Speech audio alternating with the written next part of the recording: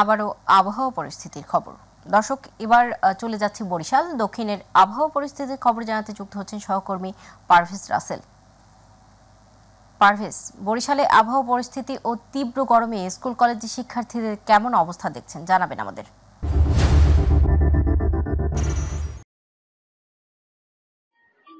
সদা ধন্যবাদ আপনাকে। আপনি জানেন যে আসলে টানা দীর্ঘ 1 মাস 7 দিন পরে কিন্তু গোটা দেশের ন্যায় বিভাগীয় শহর বরিশালে শিক্ষা কার্যক্রমের যে পরিবেশ সেটি কিন্তু ফিরে এসেছে এবং প্রাথমিক মাধ্যমিক সহ সকল কলেজ বিশ্ববিদ্যালয়গুলো কিন্তু খুলেছে। সে ধারাবাহিকতায় আসলে যে সরকার নির্দেশনা শিক্ষা মন্ত্রণালয়ের অধীনে যে ব্যবস্থাপনা ছিল শিক্ষা কার্যক্রমের, সেই কার্যক্রমেই সকাল থেকে কিন্তু যে প্রাথমিক বিদ্যালয়গুলো রয়েছে সেগুলো সকাল 8টা থেকে ক্লাস নেওয়া শুরু করেছে এবং মাধ্যমিক স্তরগুলো সকাল 10টা থেকে বিকেল 4টা অবধি পর্যন্ত তাদের ক্লাস কার্যক্রম চালু রেখেছে। আমি এই মুহূর্তে রয়েছি বরিশাল নগরীর প্রাণকেন্দ্র কালীবাড়ি রোডের জাগদীশ সরেসাত বালিকা মাধ্যমিক বিদ্যালয়। এখানে সকাল থেকে ক্লাস শুরু হয়েছে এবং শিক্ষার্থীদের উপস্থিতি আছে অনেক।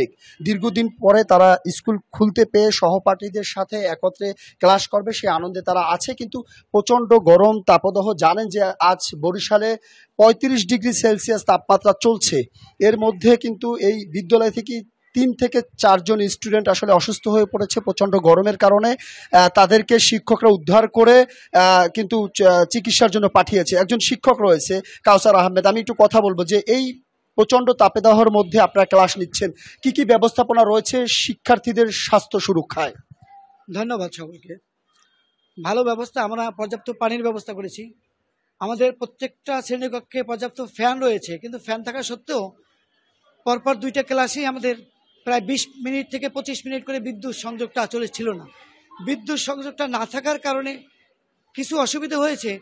এর মধ্যে 3টা মেয়ে পরপর অসুস্থ হয়েছে, তাদেরকে উদ্ধার করেছি, প্রাথমিক চিকিৎসা দিয়েছি এবং তাদেরকে আবার গার্ডিয়ানদের হস্তান্তর করে বাসায় পাঠানোর ব্যবস্থা করেছি।